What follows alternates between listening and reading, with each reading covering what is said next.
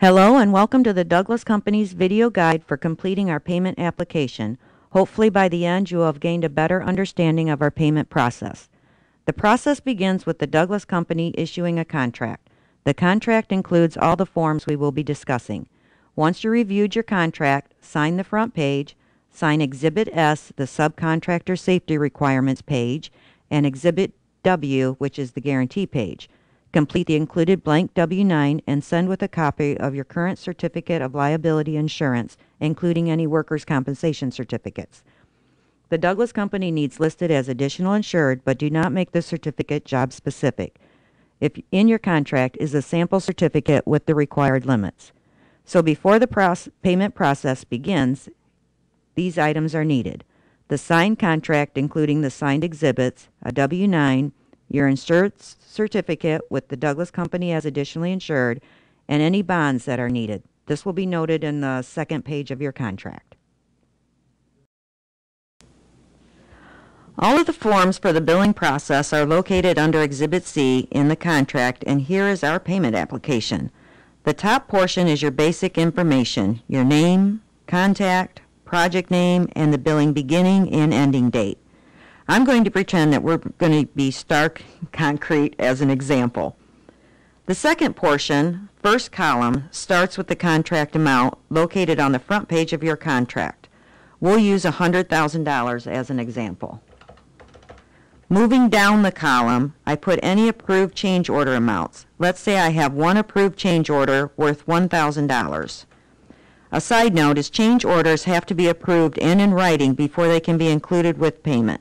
Our $1,000 is approved, so moving down the column, our new total contract price is $101,000.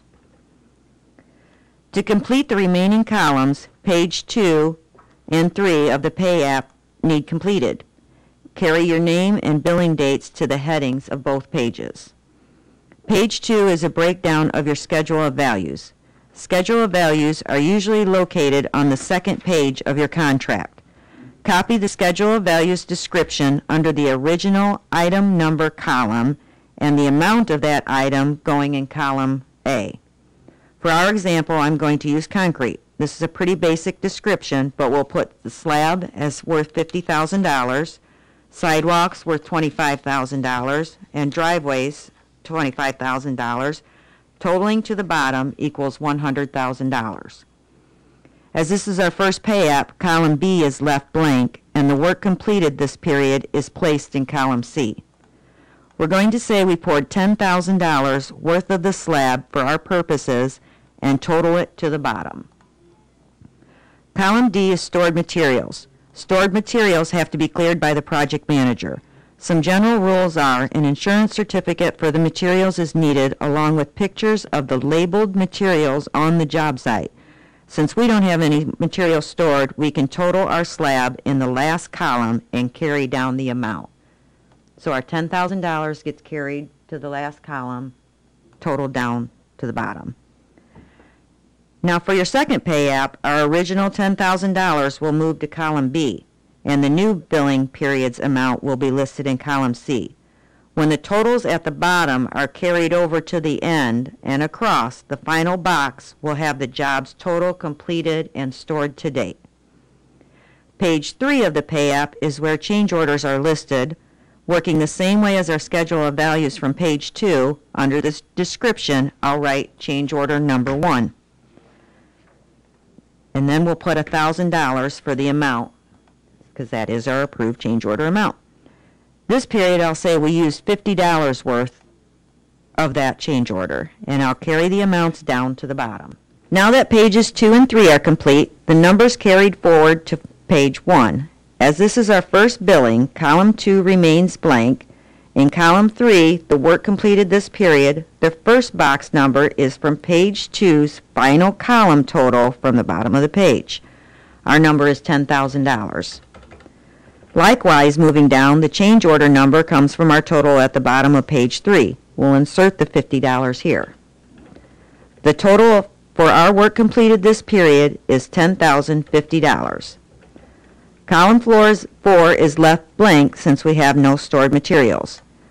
Moving to the last column, and ignoring the schedule of value column, total across and then total down. So our total contract will be the $10,000. Our approved change orders are $50.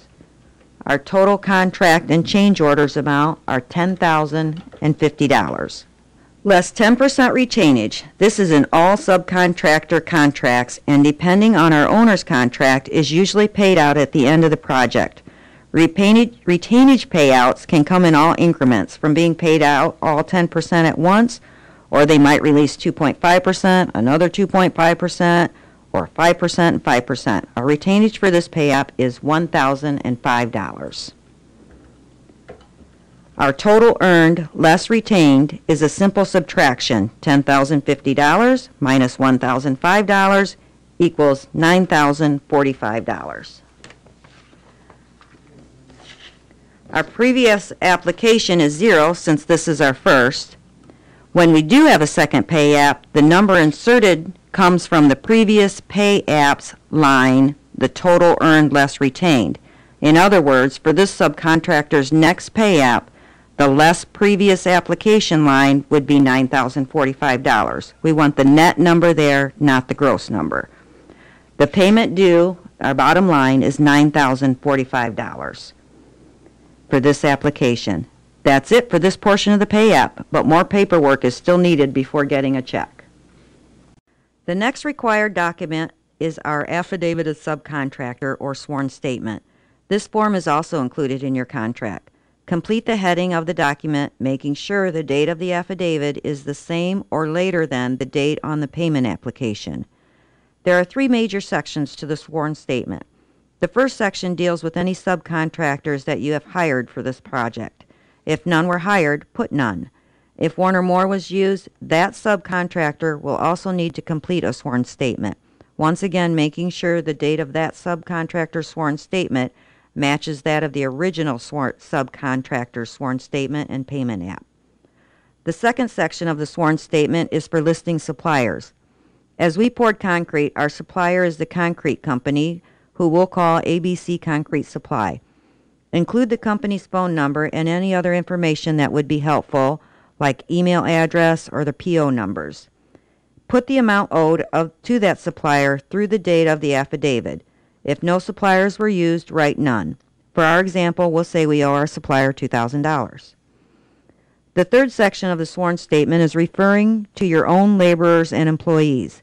If paychecks are owed, the employee's name should be listed here with the amount of money owed. If everyone is current, all laborers are paid in full, or none should be written here. Sign the affidavit, and it does need notarized, including notary stamp. Let's talk about the sworn statement and the subs or suppliers that are listed. The amount listed for each sub or supplier will have to be verified.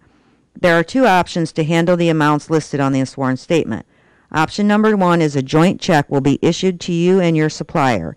In our example, the check would read Star Concrete and ABC Concrete Supply for the amount of $2,000. Option 2 is you pay the supplier and get a lien release waiver.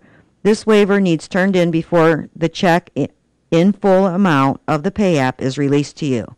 Let's talk about the waivers. Included in your Exhibit C of your contract are 4 waivers: partial, lower tiered partial, final, and lower tiered final. If I did not want a joint check from my supplier, I would pay him the $2,000 and have ABC complete a lower tiered partial waiver. The date on this waiver is the same as the date on your pay app and sworn statement. Star Concrete is who the subcontractor or purchase order is with, and the job name. Star Concrete is once again listed as the undersigned at the bottom of the waiver. ABC Concrete Supply signs and notarizes the waiver. The partial lower tiered waiver is needed each month from that supplier until they have all supplied or completed all work on the project. Once they are complete, a final lower tiered waiver is completed in the same manner and no other waivers will be needed. The partial and final waivers are for you, just a tad simpler. First blank space is the date, always the same date as your pay app and affidavit. The project name location is filled in the second blank space, with you signing at the bottom and also having it notarized. A final waiver is never requested until all retainage is paid in full. This is the final waiver. If you notice under final waiver and release, it said for use by lower tiered subcontractor or supplier not in direct contact with the Douglas Company. The final and the partial waivers will both say this when you are using waivers for your suppliers or subcontractors. The last one, the final waiver release is for you when you have been paid in full for your retainage. Hopefully this has helped explain the Douglas Company's payment app and billing procedures. Let's do a quick recap of what it takes to get your check released. You will need to turn in your signed contract, including the signed Exhibit S and Exhibit W, any approved change orders signed and returned, a W-9, any bond that is required, your current insurance certificate with the Douglas Company listed as additionally insured, workers' comp certificate, sworn statement or affidavit, and your supplier waivers needed in lieu of joint checks. A copy of the check is sent to you once everything is complete, and the partial waiver from your company will need to be returned before the check can be mailed out. Otherwise, checks will be taken to the job site and exchanged for the waiver. Thank you for listening to this presentation. If you have any additional questions, the project teams and accountants are always here to help. Have a great day.